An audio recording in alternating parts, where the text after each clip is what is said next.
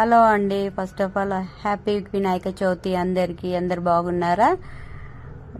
మేమైతే ఇలా జరుపుకుంటామండి. చూడండి, ఇవన్నీ వినాయకుని పాదాలు ఇలా వేసుకుంటాం మేము. ఇట్లా వేసుకొని ఇట్లా జరుపుకుంటామండి. వినాయకునికి ఈకో ఫ్రెండ్లీ వినాయకుడిని తీసుకొచ్చాను నేను.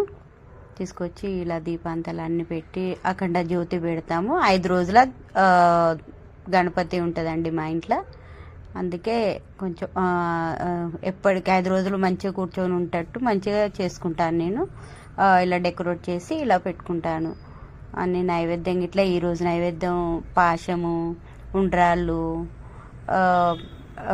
3 తీర్ల కూరగాయలు, పప్పు, అవన్నీ నైవేద్యాలు పెడతామండి. మా దాంట్లో అట్లనే పెడతారు. నాకైతే చాలా సంబరం అనిపించింది. అందుకే నేను నజర్ తీశాను.